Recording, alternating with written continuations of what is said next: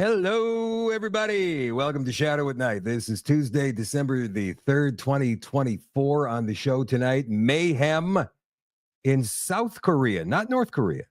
The people there are just getting along to go along. You know, they've got that communist dictator there, Kim Jong-un, and everything is run shipshape tight. You know, apparently for visitors in North Korea, they've got their downtown streets of Pyongyang set up like a movie set, and it's absolutely perfect. It's immaculate, spotless. They don't have bums there. They don't have any crime. They don't have any problems, because anybody who commits a crime in North Korea, they face a bad penalty. I mean, who knows how bad it could be? There's not a lot of information that comes out of North Korea because they don't have to. Kim Jong-un can do whatever he wants. The only person who might really know, well, there's two people, I suppose. One of them would be Dennis Rodman, and the other might be Donald Trump. We're going to get into some stuff about Donald Trump a little bit later on in the show tonight. But as far as Korea goes, South Korea now went into martial law. That was earlier today. The democratically elected president there threw the country into political chaos. Something happened over there, very, very strange. And the president declared martial law, and the army came into parliament, and they tried to prevent all of the opposition political parties from coming in to vote on this. Oh, yeah. I don't think anybody died, but it was a scene, man. In a democratic country like South Korea is supposed to be. Interesting. So all over X today, Americans saying, yeah, that's what it would have been like if Kamala Harris was elected president. Maybe not right away, but definitely at some point soon, it would have been like that for sure. And of course, we understand how that might feel in a place like Canada, right? So we're going to get into that in just a second. And what Justin Trudeau was talking about on social media as the unrest was unfolding in South Korea. This guy just doesn't get it. It's absolutely amazing. Now, I understand he doesn't run his own social media, but then the people he hires to do that should get it. They don't get it. We'll tell you more in just a second. The Shadow at Night live stream, as always, brought to you by CanadaNanoSilver.com, the Silver Biotics Facial Serum. Why Silver Biotics? Well, it contains silver salt technology, hyaluronic acid, and organic vegetable glycerin. For best results, you can use this twice a day. It's going to leave your skin, your facial skin, looking silky smooth and as soft as a baby's bottom. Use it morning and night for best results, twice a day. Contains natural ingredients, leaves your face again feeling smoother and more resilient, helps to protect your face to give you a radiant, youthful glow. You know what that cold weather is going to do to your face this winter, right? You want to protect your face, look as young as possible. Keep your youth, man. Naturally promotes healing with silver salt to even your skin tone and may reduce blemishes as well. Absorbs fast with a lightweight texture for deep hydration to your face. Helps bring back firmness and elasticity. Visibly reduces the appearance of fine lines and wrinkles on your face. This is Facial Serum, the Silver Biotics from CanadaNanoSilver.com. Again, that is CanadaNanoSilver.com. If you're looking for a retail location, you can find one. There are over 30 to choose from all across the country at CanadaNanoSilver.com website, the retail location tab. And if you want to become a retailer of these awesome products, get a hold of Kevin and Anna through the contact tab at CanadaNanoSilver.com. Again, that is CanadaNanoSilver.com. All right, who's here watching the show tonight? We've got Brent watching in Drumheller. Edie is watching in Winnipeg. Janet's in Orillia, Ontario. Hello, Trent in Lloydminster, Alberta. So you're on the other side. Good news and bad news coming from Alberta today. We're going to fill you in on that a little bit later on. Christine is watching in Anola, Manitoba. Hello, Tony in Calgary. Mitch is watching from Ontario. Could be anywhere. Anywhere. That's a huge province. Linda's watching from the Hat. Edna's watching in Victoria. Laura in Sherwood Park, Alberta. Wherever you're watching tonight, on whatever platform you're watching on, whether it's Facebook, whether it's YouTube, Twitch, X, Rumble, Telegram, or shadowdavis.com, please get this out there as much as you possibly can. Like and share. Last night's show was squashed. Now, I'm not sure if it's Facebook or if it's the Canadian government doing it. I don't think it's Facebook because Mark Zuckerberg, now that Trump's going to take power, he wants a prominent role in Donald Trump's administration when it comes to digital stuff.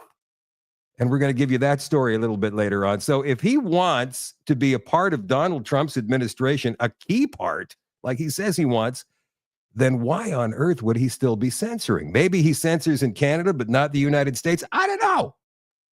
But if he's not censoring anywhere, then it's the Canadian government doing it, which is, and of course, we don't have anybody looking into that up here because there's no opposition to anything except for us. And that's why it's essential that we get this information out there. So guys, please like and share, get this out to as many people as you possibly can, or we might wind up just like South Korea. From X earlier today, Colin Rugg posted this.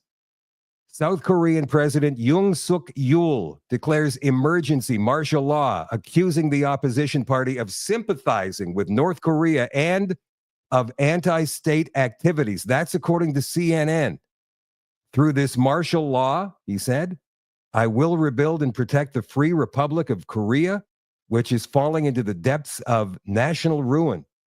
I will eliminate anti-state forces as quickly as possible and normalize the country. How do you do that? Through martial law? I don't know.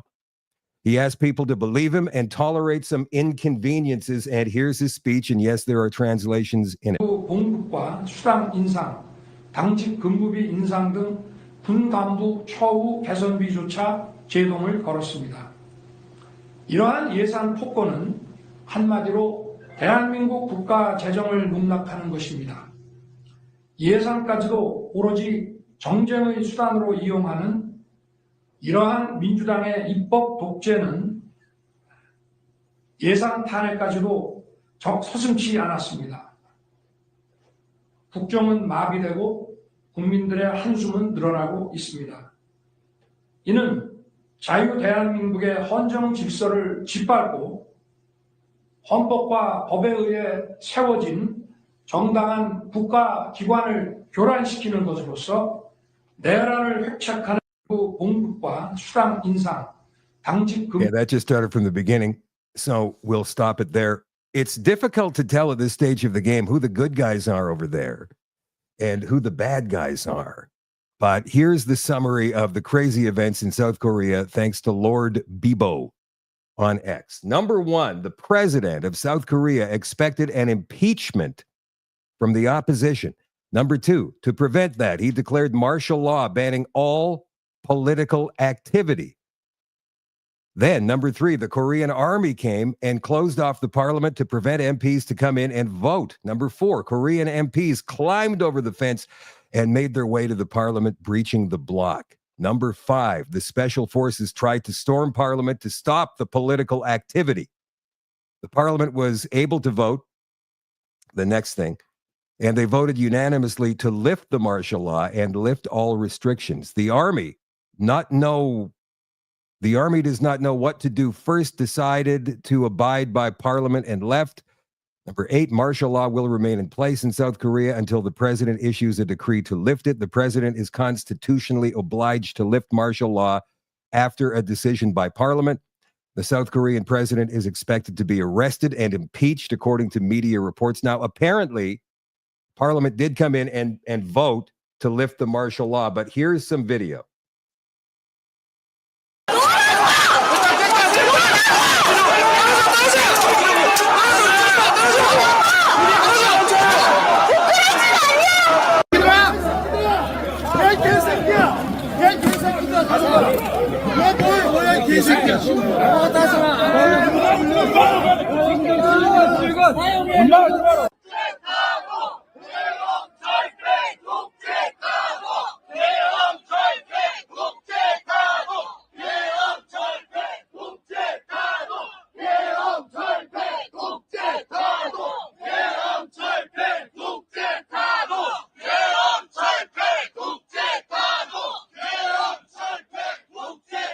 국회의원들은 자리를 지키고 있습니다. 국회 본회의장에서 대기를 하고 있습니다. 이재명 민주당 대표도 대통령의 계엄 해제 선언 전까지 국회에서 자리를 지키겠다라고 얘기를 하고 있습니다. 일단은 국회에서 계엄 해제에 대해서 네. 만장일치로 가결시키지 그렇습니다. 않았습니까? 그리고 국회의장도 네. 국회 경 All right, so there you go.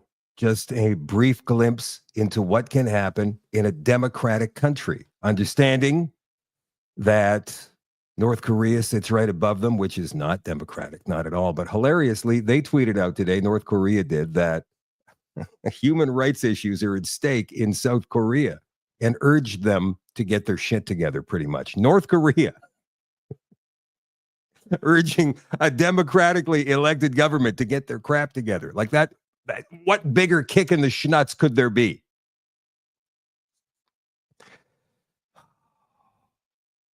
I don't know, man. You know, there's a video that I found today. Let me see if I can find it here because, yeah, I'm going to throw it up. I wanted to remind everybody what it was like in Canada not so long ago during the COVID lockdowns. Yeah, here it is here. So I'm going to throw this up on the screen. This is New Year's Eve 2021 in Quebec City when the lockdowns and restrictions were all in place. You couldn't have any more than 3 or 4 people at your house. It varied from province to province. But this is in Quebec City. When the police got wind of a house on New Year's Eve, I believe, the police got wind of a house that may have had more than 3 or 4 people in it. Remember this video? Watch this. No, sinner! Fuck you! No, sinner! Fuck you! Where you go?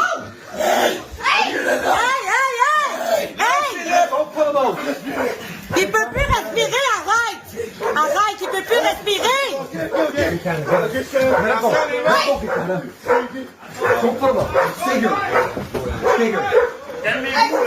fuck out! Don't fucking do that!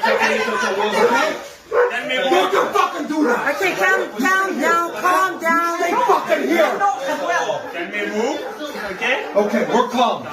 Don't do that! J'ai un bébé. We're people. Hey! All right, so technically speaking, we're not going to go all the way back to the beginning there, but technically speaking, police are not supposed to be able to come into your home. Notice in this video, and I pointed this out the first time I played this, like 3 years ago, they didn't actually breach the threshold of the house. The guy who answered the door was grabbed because he put his arm outside the door, and the cops grabbed him and dragged him out. You can see the cops trying to cuff the guy in the backyard there, or a woman too in a dress, but they can't come in. So look at them. It's almost like there's a barrier, an invisible one, like Les Nessman's walls in WKRP. It's almost like there's this barrier there. The police know and they can't cross it. Stay fucking here! Can we move? Okay? Okay, we're calm. Don't do that! J'ai un bébé. We're people. Get the fuck inside! Get the fuck inside! Non, lâchez-les, s'il vous plaît, là. S'il vous plaît, les gars, là. Hey, lâchez-les, là. Ils sont 3 dessus, là. No, I'm gonna come out. Hey, non, ils sont 3 dessus, là. Yeah? Hey, ils sont 3 dessus, là. Fuck out. Now, I don't know what's worse, that video or the video of the kids playing pond hockey in Calgary and the 2 female cops threatening to taser that one kid who wouldn't come off the ice.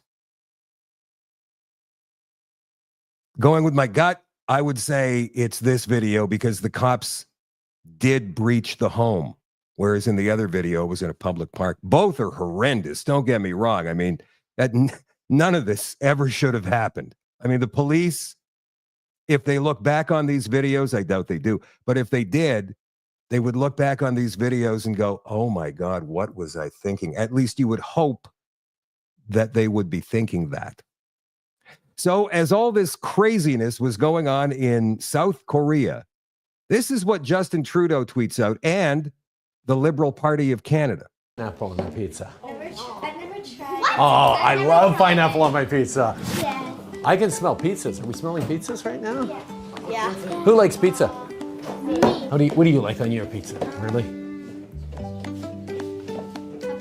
Pepperoni as well. Who likes just cheese on their pizza? Ah, there you go. I know there's always one. I don't like pineapple. Don't like, okay, who likes pineapple on their pizza? I've never tried. Pineapple with ham makes it a Hawaiian pizza, and it's really tasty. What's the favorite thing you guys get to eat? Sub. You get some pancakes? You do a lot of pancakes with the school food program? All right. That's enough. I can't take it. I cannot take it. I can't take the guy ever. The look of him, it just upsets me. The sound of his voice upsets me. Him being around kids is alarming to me. He's the worst, most out of touch, completely obtuse leader that this country has ever seen. You know, we always criticize politicians for being out of touch and not being in touch with their people, right? At least the ones at the upper levels, the premiers, the prime ministers, the mayors, all of that. But this guy, he's the worst I've ever seen. Now, we know that Trudeau went to Mar-a-Lago this past weekend to meet with President Trump. We've got some video coming up from Jesse Waters of Fox News.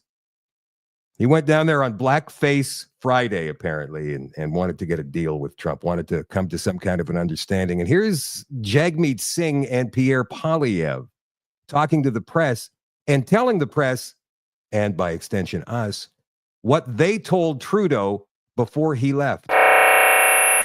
What Trump is threatening is very serious. We need to take it seriously. That was impressed upon the Prime Minister. I wanted to make it very clear we can't take this approach that'll be okay. We've been here before. No, none of that is the right approach. We need to take this seriously, and I want to see an all-hands-on-deck approach to make sure that we are fighting to protect Canadian interests. We demand that the Prime Minister fix the disorder that he's caused at the border, fix the immigrations problems that he has caused, but he also has to reverse the job-crushing tax increases that he's imposing right now. He's in the process today of raising taxes on energy, on work, on investment. This policy has driven $500 billion out of our economy into the hands of Donald Trump. Yeah. Will he? I don't know. They say, at least many government officials, both elected and not, that they were moving this direction anyhow. And you can say they have been, kinda, sorta. We're going to talk about the UN Global Compact, the Migration Compact, in the extension tonight for all access members at shadowdavis.com. How far back it goes, actually.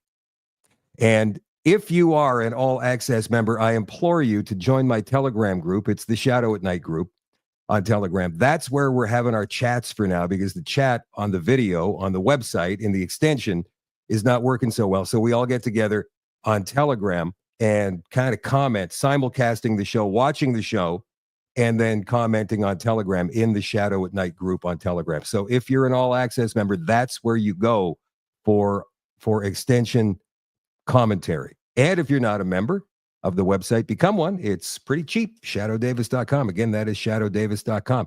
Here's that Jesse Waters piece from Fox News regarding what Trump told Trudeau at Mar-a-Lago this past weekend.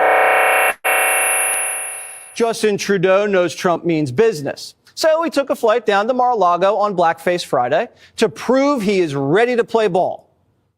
Prime Minister, was it a productive meeting with President-elect? It was an excellent conversation. And Fox has exclusive details about how that Mar-a-Lago sit-down went. The two talked tariffs over crab cocktail and oysters.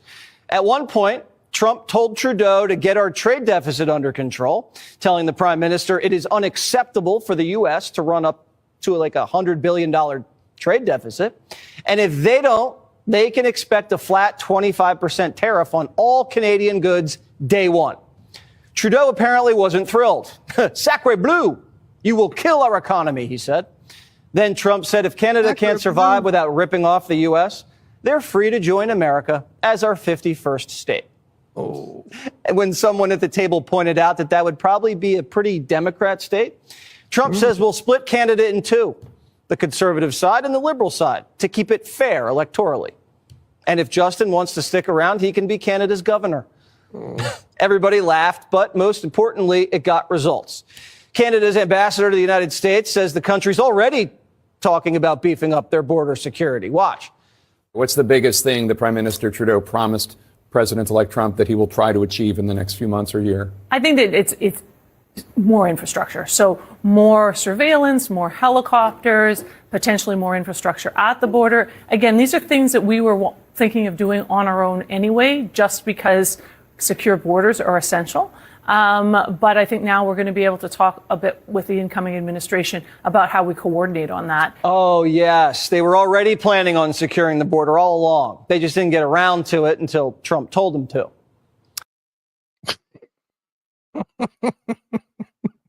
How must it have been for Justin Trudeau at Mar-a-Lago this past weekend? I mean, he did have some of his staff there, a couple of cabinet ministers and whatnot. There might have been like 6 or 7 of them. It was a hastily organized trip, but it was filled with Trump people. It must have been like the little brother sitting with his big brother and all the big brother's buddies in the backyard, getting ridiculed and name called the whole time, you know, talked down to, laughed at, all that picked on, all that stuff. A major ego bruise for Justin Trudeau, and it looks good. Now, on the one hand, I'm completely and totally embarrassed. And on the other hand, I am overjoyed. I don't know how to feel about this. Our country is at stake here, and Trudeau. Now, I'm not saying it's going to become the 51st American state. I'm not saying that at all. I mean, Alberta will separate and go to the United States first. Who knows what might happen these next few years, but what a time to be alive, right? Anyway.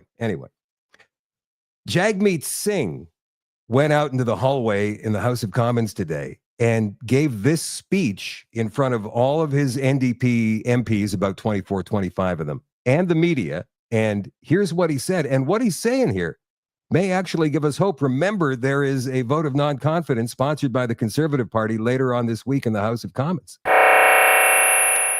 We are the party of the working class.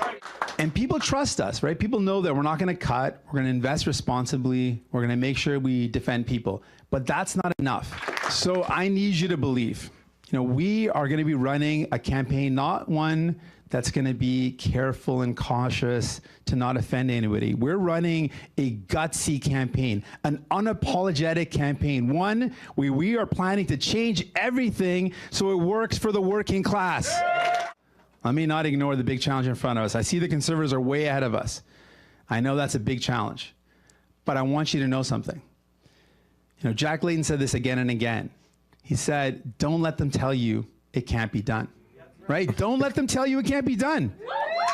Right? Can't be done. If we are together, if we come together, if we fight together, we can win. If we fight, we can win. I want you to believe that. If we fight, we can win, and people need us to win. So let's win for the people. It's the people's time. No more billionaires and CEOs. It's the people's time. Let's go.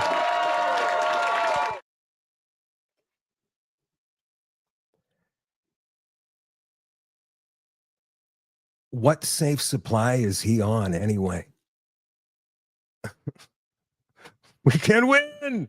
We can do it. Now, when I saw this today, and maybe it was the sequence of events I saw all of this stuff happening, I thought, did somebody call an election and I didn't hear about it? How is that even possible? I'm constantly watching the news all day, from the second I wake up in the morning till the second I go to bed at night. And if I'd have missed it, whoa, like, did I fall asleep for 15 minutes? What the heck happened?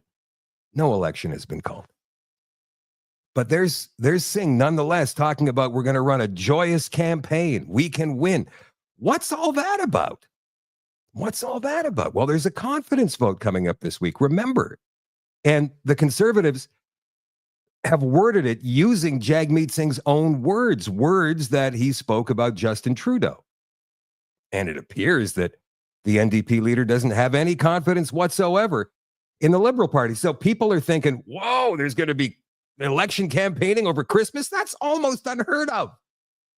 I can't remember an election campaign ever that happened over the Christmas break. Can you? A federal one.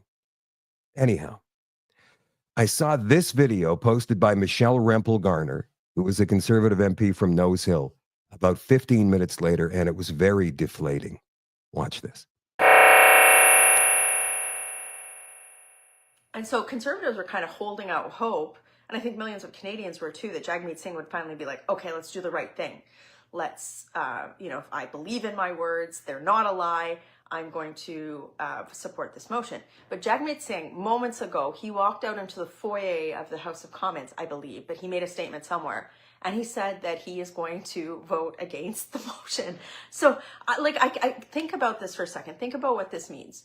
Jagmeet Singh, he goes out and makes all of these tough guy statements, and then he votes against them. So what kind of credibility does a leader like that have? None, right? Right. I totally agree, Michelle. I'm with you all the way. So all that hope. I did say this last night. I said that in February, there will be an election called or forced by the Conservatives and the NDP and the Bloc, or Trudeau's just going to call one. He's going to be feeling so good about himself. Maybe he's going to make some progress by then. We know these checks, these $250 checks, are supposed to be mailed out, if we have mail by then, to 18 million people across the country in April. Now, can they even do that? Can they, during an election campaign, actually mail these checks? Or will it be just after that? I heard from my inside source yesterday, it's going to happen in February or before that. Jagmeet Singh's 6th anniversary, I mentioned this last night, 6th anniversary as an MP is February 25th. Anytime after that, you can expect an election to be called. And it'll give the NDP a couple more months to build up whatever money they can into their election coffers. I don't know, but it's coming. And something else I predicted but didn't have as much solid footing on a few months ago was that Jagmeet Singh, after this election, is going to either be ousted by the NDP as leader, just like Thomas Mulcair was, and replaced by Wab Kinew, or they'll give him the opportunity to resign and replace him with Wab Kinew. But either way, they will be getting rid of Jagmeet Singh. Now, having said that, Wab Kinew's been having some problems in the media in Manitoba, at least, the past couple of months. Apparently, he's got some rage issues that have gone unresolved, even though he keeps saying that he's over it. He was an angry young man growing up, and apparently he's still full of rage, and the Premier's office in the legislature of Manitoba is in complete disarray. People are walking on eggshells around there. It's a bad work environment. That's what we're hearing. I can't verify it. I don't work in that office, and I haven't experienced it for myself, but that's what we're hearing. So maybe there's some other candidate out there who could take over for Jagmeet Singh. I would have had my money on Wab Kinew, but who knows? Anyway, like and share. Don't forget, get this out to as many people as we possibly can, like your lives depend on it. Either the Canadian government or Meta itself is really sitting on this broadcast. They are hammering it hard, suppressing it to the point that nobody's going to see it unless, of course, you happen to like the page. And even then, you might not, right? So don't forget to like the page if you haven't liked it. Or if you have liked it, go back and check and see if you're still liking it, because sometimes they just shut off that button for you on your behalf. As a favor to you, they're unliking pages that you just don't go to regularly. So go back, hit the like button, and then share this out there. Get this out to as many people as you can, please, and thank you. All right. And by the way, that's how a small channel like this gets out there, and that's how it keeps going. That's how I perpetuate this show, by getting viewers. You see, if there's no viewers, there's no show, and I go dark. I don't want to go dark. From the National Post yesterday, $3.5 billion in Liberals' COVID business loans went to ineligible recipients. This is an Auditor General thing. This is not a Conservative thing, even though they're trying to make as much hay of this as they possibly can. Oh, and by the way, apparently, according to the Liberals, it was the Indian government who interfered in the Conservative leadership election a couple of years ago in, what's his name, the mayor of Brantford, Patrick something or other. They interfered in his campaign. And the Liberals, believe it or not, are all over X with this the last couple of days. Patrick Brown trying to make this seem like a thing. And then, of course, they're adding, and Poilievre won't get his clearance, his high-level security clearance, so he doesn't know what the heck's going on. India, Russia, and China's saying, we're interfering too. Don't forget about us. The liberals, what? China? No. Let's not talk about India. The report offered a biting review of the government's handling of the program, from sole source contracting to recovery of ineligible payments. That's our AG. Right there. The federal government compromised its emergency COVID-19 loan program because of poor management. I cannot tell you how surprised I am by that. I am beside myself. I never would have believed it.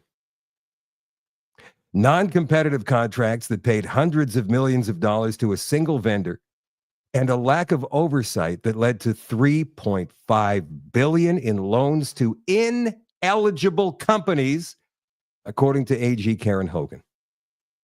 The Auditor General report on the Canada Emergency Business Account, or CEBA, offered a biting review of the government's handling of this program, from contracting to recovery of ineligible payments established early in the pandemic era. CEBA offered emergency loans of $40,000 to $60,000 for small biz and forgave $10,000 to $20,000 if the sum was reimbursed by a certain date. Administered by Export Development Canada, the program doled out $49.1 billion in loans to nearly 900,000 small businesses. The program was not managed with due regard for value for money, Hogan told the Public Accounts Committee yesterday. EDC's poor management compromised the value for money of CEBA, Hogan concluded. That included distributing $3.5 billion to ineligible recipients and granting over $300 million worth of sole source non-competitive contracts to global IT giant Accenture to run the program on EDC's behalf. So they develop a crown corporation and then they dole out the work to a foreign entity. Good grief. We need a Doge in Canada. The report revealed some staggering mismanagement by EDC of its contracting with Accenture, such as allowing the company to essentially write its own contracts. Okay, hold on just a second. I'm a businessman and I want to write a contract with you. I want to get value for money. Here you go. Here's a blank contract. You fill in whatever you think you deserve for this and whatever conditions you want. Whatever. Guaranteed money? Sure. Yeah, that's fine. Whatever. You only work for 6 weeks and then you're done? Absolutely. Finished or not? Yeah, sure. Whatever. No, it's not like the Canadian government, this particular branch of it, would have been saying that because they didn't know what was going on in the first place.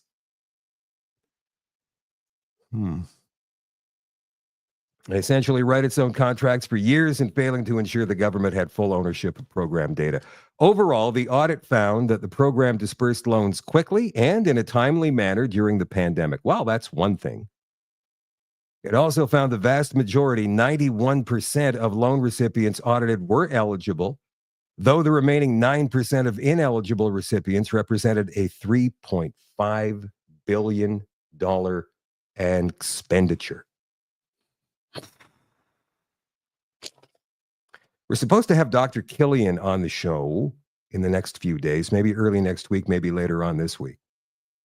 Another doctor is in the news. This story comes from TNC.news. Anti-lockdown doctor asks Supreme Court to overturn college-imposed cautions. Dr. Kelvinder Kaur Gill. So let's go back to the beginning here. An Ontario doctor who's been embroiled in legal proceedings for years over her critical commentary on the government's response to COVID-19 in 2020 has sought leave to appeal with the Supreme Court of Canada to have cautions lifted from her otherwise spotless record. Wow. I wonder, the media hasn't even talked about that huge bombshell that came from the U.S. subcommittee yesterday regarding the COVID response. But I'm wondering if other governments will recognize that, even though if it was tinged politically, and I certainly didn't like the part about warp speed. But other than that, it was a pretty good report. And you would think that other governments, especially governments that are close to the U.S. government, like, ours, would pay some heed to it. But so far, nah.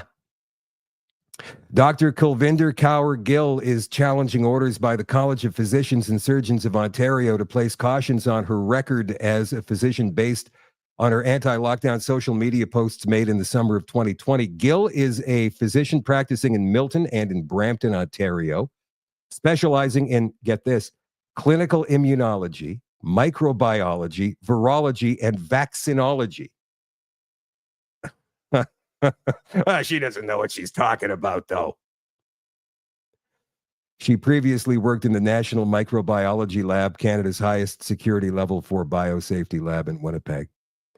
The orders were made despite Dr. Gill providing the college with ample evidence in 2020 to support her position against catastrophic lockdowns. Lawyer Lisa Bildy of Libertas Law said in a statement, in October, a divisional court denied her leave to appeal to the Ontario Court of Appeal to allow her to challenge the cautions ordered against her by the college in 2021. This is unbelievable how corrupt and crooked our court systems have become. The appeal cites that Gill's freedom of expression and conscience guaranteed under the Charter of Rights and Freedoms was barely mentioned by the committee when it issued the orders of cautions in person. A brief comment about the committee having no interest in shutting down free speech was made before proceeding to shut down free speech. The lawyer's statement said, Gill faced 7 complaints in total, all revolving around just a few posts. The complaints were levied by members of the public, not by any of Gill's patients. The posts were about the efficacy of COVID shots for ending lockdown measures, the necessity of the lockdown. She also shared a post from a Harvard professor who questioned the measures in general. I think that was Martin Kulldorff, not Jay Bhattacharya. I think Jay Bhattacharya, Dr. Bhattacharya, is going to be the new head of the CDC. Did Trump nominate him for that, or was it NIH? Either way, he's going to be a big part of the incoming Trump administration. So these are the tweets that Dr. Gill put out there, as you can see, over 4 years ago now. And Martin Kulldorff, this is the Harvard prof she's talking about. Contact tracing, testing, and isolation is important against many infectious disease outbreaks like Ebola, post-vaccine measles. It's ineffective, naive, and counterproductive against COVID, influenza, pre-vaccine measles, etc., and by definition against any pandemic. Yes, that's what they were saying before they even declared it. The pandemic, I mean. Though the CPSO dropped a high-level investigation against Gill in September, the orders of caution, which have yet to be placed on her record, are still there. Bildy, the lawyer, said this case goes beyond Gill's professional reputation and ordeal and has lasting consequences for medical professionals' ability to challenge the status quo of government medical policy. Regulatory overreach into professional speech is a growing problem. Yeah. Just ask Jordan Peterson. Publicly censuring professionals for expressing counter-narrative opinions comes at a cost. The costs are borne by the rest of the medical profession as they prudently choose to keep silent in these censorious times on matters of medical, scientific, and/or political controversy. She said the public's charter right to hear opinions contrary to the government line are also endangered by the regulatory overreach, even if they never appreciate the value of the silenced speech. After the divisional court's decision to side with the college and leave the orders of caution in place, the Supreme Court of Canada released a decision in another case that Bildy thinks will help Gill's appeal. The case found that it's sufficient for a regulatory body to just mention a charter right violation, but must demonstrate a clear acknowledgement and analysis of that right, Bildy noted. Well, that doesn't do much. Bildy argues the college's committee didn't even mention the charter when it ordered the cautions against Gill. That's not good enough. Administrative decision makers must fully analyze and justify infringements of charter rights, or else the court should not be deferring to them, as the divisional court did here. Courts should apply a more stringent standard of review where the charter is involved and fulfill their role as guardians of the Constitution. Hear, hear. Courts will typically defer to the administrative decision makers if it's found the decisions were reasonable. Gill will argue that her comments should be argued on their merits and assess if the college was correct rather than acting within reason. We hope the Supreme Court of Canada will use Dr. Gill's case to restore the historic role of the courts as guardians of the Constitution, Bildy said in the statement. X is funding Gill's legal costs. Thank you, Elon, following a pledge made by the CEO, Elon Musk, to support people facing legal action over comments made on the platform. The College of Physicians and Surgeons of Ontario did not respond to True North's requests for comment. Speaking of doctors, now, this one kind of blew me away because we knew that doctors were given money for these vaccines, right, per shot. And there was a pay guide I had on the air a couple of years ago. I've since lost it. I'm not sure where it is. I probably should have kept it, knowing, then again, you keep everything, right? What are you, a pack rat? I thought I could find it again, but I wasn't able to today. But they did have some kind of a pay table. Depending on the type of shot you gave, if you held a clinic, if you gave it in office, you would get X amount of dollars. This Kingston doctor made $600,000 in vaccine payments. Now, she's got to pay it back.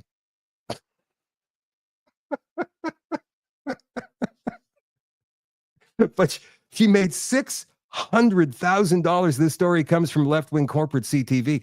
A Kingston, Ontario doctor who's been ordered to repay more than $600,000 to the Ontario government for improperly billing thousands of COVID-19 vaccinations says she's not surprised by the verdict, but is disappointed by it. The dispute concerned Dr. Elaine Ma. How do you mispronounce a two-letter name? I'm sure I could figure out a way. Maybe it's May without the Y. Anyway, Dr. Elaine Ma, who organized drive-in vaccination clinics administering shots in several parking lots in Kingston and the area between January 2021 and 2022. The Ministry of Health argued Ma misused the Ontario Health Insurance Plan's OHIP billing code because she hired unpaid Queen's University medical students as volunteers who could not be considered employees. In addition, were they giving out the shots? No. Let's read on. In addition, the services were not provided in Ma's office, a violation of what the province deems to be delegated services that are regulated under a different fee structure. In a ruling delivered by the Health Services Appeal and Review Board on November 26, Ma was found to not be eligible to bill OHIP $600,962 plus interest. It's really still just disbelief that we've completely forgotten about COVID, she told CTV on Monday. We've completely forgotten what we were asked to do. We've completely forgotten the fact that we were asked to do it in new and different ways and quickly and as fast as possible. We've completely forgotten the Ministry of Health provided a per-shot vaccine code, and that was what was billed. It wasn't anything over that. It was the amount of money that they allocated for those shots to be given. Unbelievable. How many of these doctors got rich off this? Is it any wonder they're not speaking up? It's always about the sheesh. She added she does not have the money she's being asked to pay. What you blew through $600,000 in the last couple of years? It wasn't an amount of money that I received. Well, yes, I received it. But a lot of it then turned around and paid to run these clinics. So do I have this amount of money sitting around just waiting to pay OHIP back? No. Further, that will mean that I've actually paid to vaccinate 36,400 people in our community out of pocket at my expense. Do the math. Somebody do the math quickly on this. 36,400 shots. Put that into $600,000 and come up with a number. And that's how much this doctor made per shot. Looks like $8, $9, $20 per shot, maybe less, 17. That's just me looking at it, but somebody do the math on a calculator.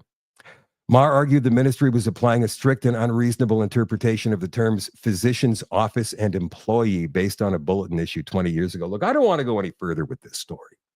I don't. I just wanted you guys to see that The establishment is eating itself. And I love it. It's only a matter of time. Somebody's going to get so badly pissed off or fleeced that they come out and they start talking. And then the walls will all crumble. They're crumbling already. Look at this. Another COVID conspiracy theory becomes reality, according to Vigilant Fox. We now have proof that the COVID shots damage cognition. We talk about that brain fog, right? Now, we understand as well that some scientists will tell you that COVID itself can cause this condition.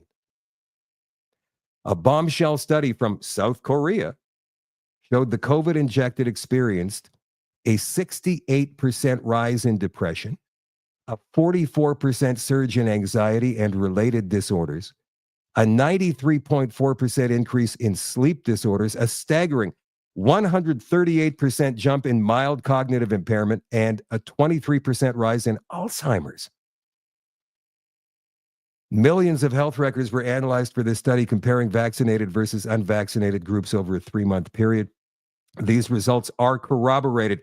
Just so you algorithms on YouTube and on Meta know this, these results are corroborated by what Dr. Pierre Corey sees in his medical practice. He writes, "In my practice of treating vaccine injuries, one of the 3 most common symptoms I see is brain fog. So many of my patients had been in the prime of their lives, they can now barely function, have significant cognitive impairment, and need a lot of help from our nurses to carry out their treatment plans. I never imagined I would see any of this in people far younger than me, and instead I see it every day. I bear witness to an immense amount of suffering on a daily basis that's hard to put into words." Wow. Maria Z, I think that's her name. She put this up on X. So if you want to go watch that, you can at your leisure. Let's move on here. There's a couple more stories I want to cover before we get to the top of the hour here. From TNC again. Now, this is a couple of weeks old. I've been meaning to get this on, and I just haven't been able to find time. Last week, we had interview. This week, we're working hard to cover the news because it's been piling up. This has been a busy 2 days of news here, you guys, so far this week, and it's only Tuesday, like I said. So we're going to keep going through these stories, and there are going to be some stories we miss along the way. Remember that this show is only an hour long on social media, so I try to get to as much stuff as I possibly can. Like last week, for example, I wanted to get to the part where Walmart Inc. Corporation and all its subsidiaries, including Walmart Canada, are abandoning DEI. They're getting rid of it altogether. They announced that, I think, 10 days ago, and I haven't had a chance to mention it right up until now because I keep forgetting other stuff comes up. Anyway, London, Ontario police chief sounds alarm on safe supply drugs that are fueling the black market. You did not see this on any Marxist corporate media. I can guarantee you that. London police chief Tai Trong warned that safe supply has exacerbated the illegal drug use and resulted in unprecedented levels of drug overdoses. Trong highlighted the safe supply has led to medications being diverted for sale on the black market. These diverted drugs are being resold within the community, trafficked to other jurisdictions, even used as currency to obtain fentanyl, perpetuating the illegal drug trade. Specifically, we're seeing significant increases in the availability of dilaudid 8-milligram tablets, which are often prescribed as part of the Safe Supply Initiative, said Trong. Vulnerable individuals are being targeted by criminals who exchange these prescriptions for fentanyl, exacerbating addiction and community harm. And Wab Kinew, the premier of Manitoba, is just rolling out this program now. Unbelievable. These Marxists just don't understand. No, I'm sorry, that's wrong. They do understand. They're just following the program. Police chief highlighted the stark increase in drug overdoses over the last year, which he attributed to the Safe Supply program. In 2021, 73 people in London died of drug overdoses. The following year, 123 people died from drug overdose, an increase of 68%. The subsequent year saw the number rise to 142, a further increase of 15%. Fatalities have since decreased marginally, but remain well above pre-pandemic levels. Tragically, over 80% of opioid-related overdose deaths in London are linked to fentanyl. The London police previously warned that safe supply drugs were fueling the black market. Alberta Premier Danielle Smith and police in BC issued the same warning. Now, this is not a political thing, friends. This is a human thing. And I wish that people would stop politicizing life and death, because that's what this is. Common sense, man. I have good news and I have bad news from Alberta. I'll start with the bad news first because it's always better like that. From Post Millennial, an Alberta elementary school has canceled its Christmas concert celebration, opting instead for a more inclusive spring concert in the new year. Ann Martins, the principal of Pat Hardy Elementary School in Whitecourt, a town about 2 hours from the provincial capital of Edmonton, broke the news to students and parents. Obviously, this is an American story. We work hard to find ways to ensure our events are as inclusive to as many students and families as possible, said Martins, according to True North reporter Rachel Parker. The explanation said it wouldn't be fair to all the students to have a Christmas concert because it's so time-consuming for those involved in the event and requires a considerable degree of commitment. Rachel Parker says, Scrooge alert. That's not what this is about, Rachel. You know that. As a result, students who are not participating are excluded from multiple music lessons and classroom practices for an extended period of time, Martins continued in her statement, even going so far as observing the Christmas season can be very stressful for students at school and at home. So we're going to take it away from them so they don't have the stress, you see. No Christmas, no stress. It's better for everybody. By removing the extra concert practices and performance at Christmas, we can significantly reduce changes to students' routines during an already busy month, she wrote. School officials also said not only is the concert not sufficiently inclusive, but the music teacher is also too busy teaching a grade 4 class and will not have time for the concert. However, the teacher should have time in the new year to get back to teaching music. Where are the parents?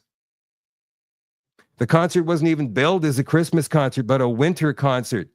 But the staff assured students and parents there will be a spring concert instead. Mm-hmm. So that's still going on. The good news, though, from Alberta, this comes from Barhead, and let me see here. Hang on just a second.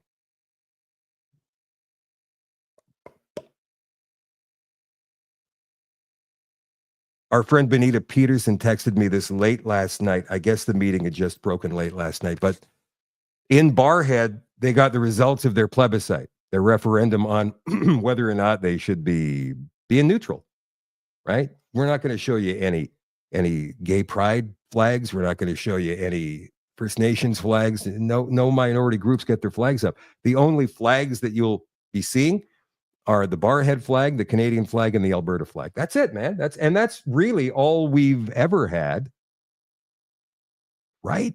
That's all it ever should be. So the referendum in Barhead was yesterday, and the results are, should we be neutral? Yes, 653. No, 492. So the ayes have it. We won that one. So there's not going to be any more rainbow sidewalks. There's not going to be any more pride flags flying in Barhead. Thank goodness. That's Janice Irwin's hometown, by the way, the NDP MLA in Alberta. She's not very happy with all that because she has been working very, very hard to gather people in Barhead to vote in favor of keeping these awful things. And so from YEG Wave on X, residents of the northern Alberta town of Barhead have voted to approve a bylaw that bans pride flags and rainbow crosswalks from municipal property.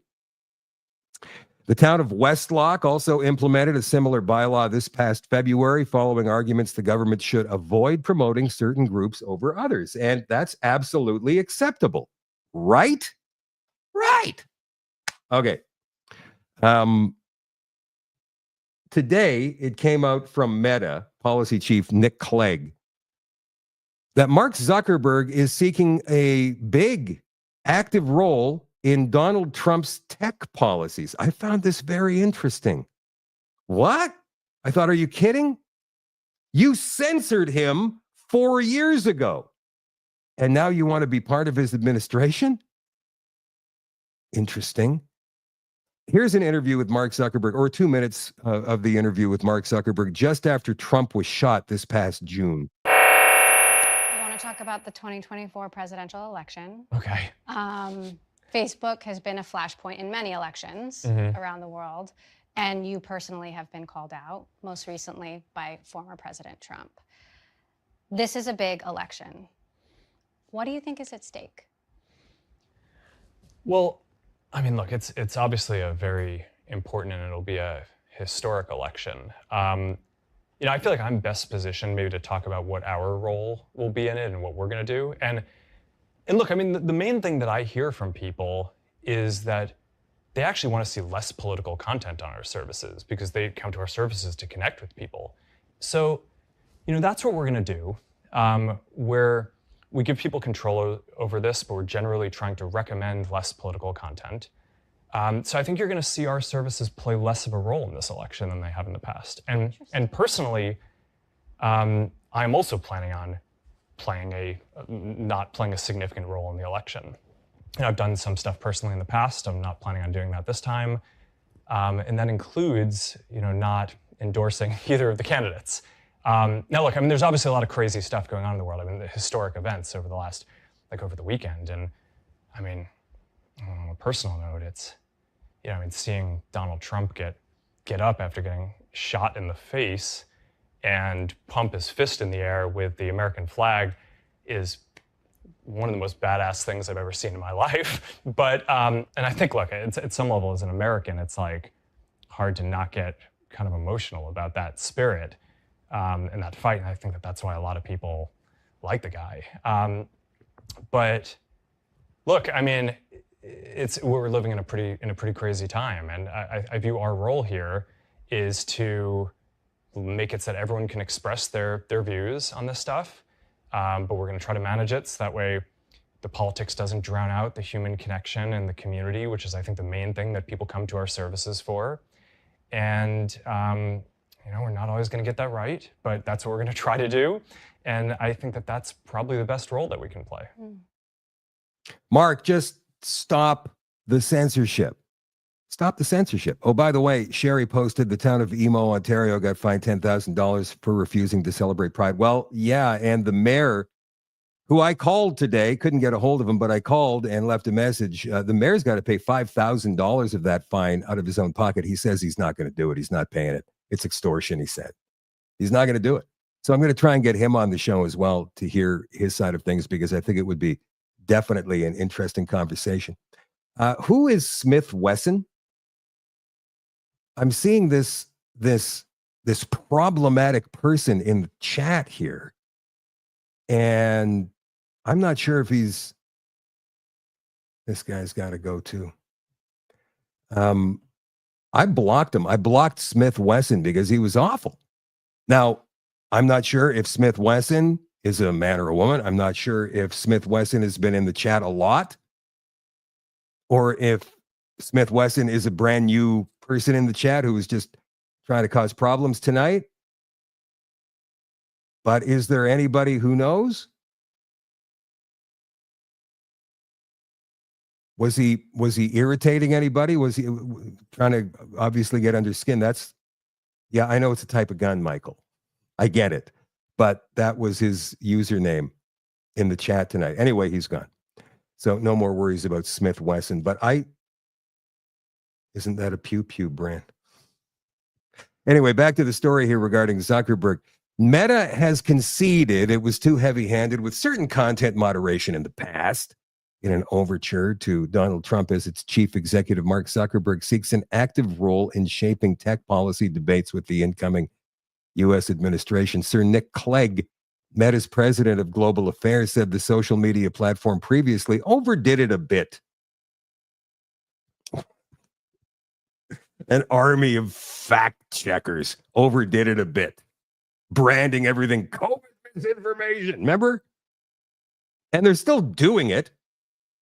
I mean, they are sitting on this show right now so bad that it's not getting out to as many people as it should. You would think that with 57,000 followers on a platform, you could get it out to more than 5,000 or 6,000 of them. But they just refuse to let it flow. They say I had some sort of a post that went against their community standards a couple of months ago. They said it had sexual content. You know what it was? It was a picture of an Indian dude taking a crap in the streets of Toronto. And they said it was sexual innuendo. And so I appealed it, and they said, nope, sorry, we're sticking with our original decision. Sexual content. But they didn't tell me what the penalty was. I don't know what they're doing. But clearly they are doing something.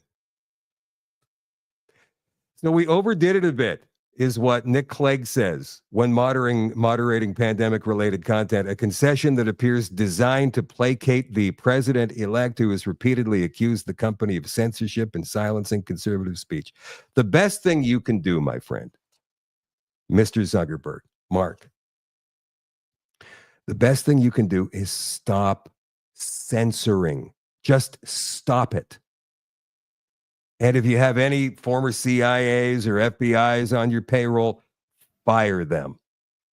If you truly want a prominent role in the Trump administration, that's the first thing that you're going to have to do.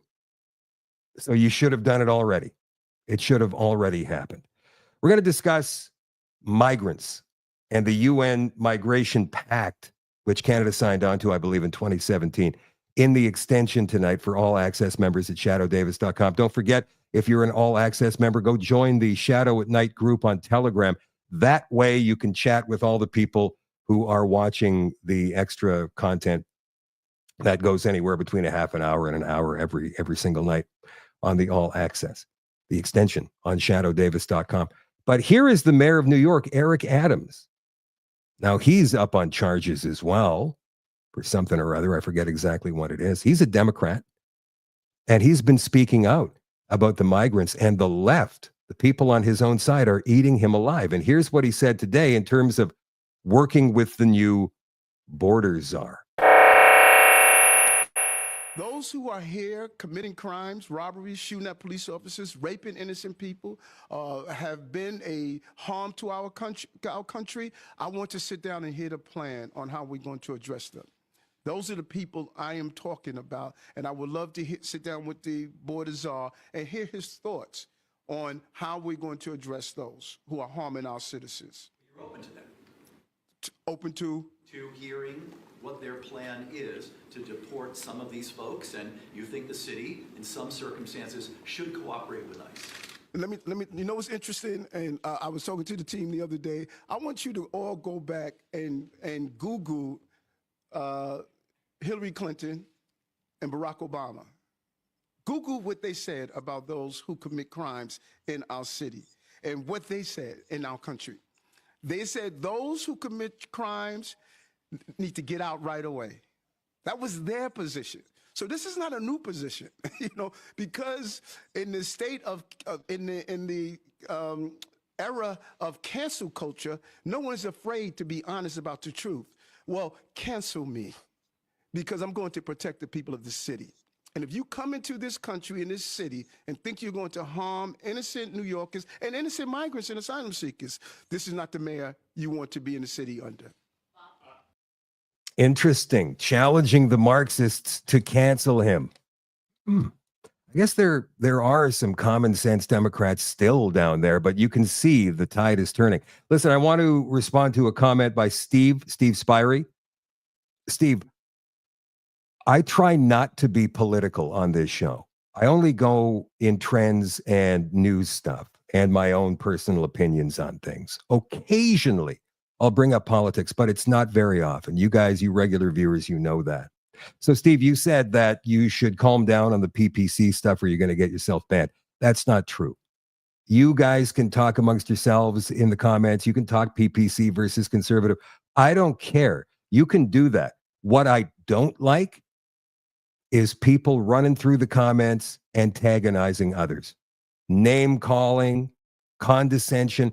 I really don't like that. It just creates a bad vibe in the group. And that's the reason that a couple of people bought it tonight because they have been absolute assholes. One of them for a long time. The other one I only just discovered tonight, but they're gone. I don't like that stuff. I am open to people expressing different viewpoints, obviously.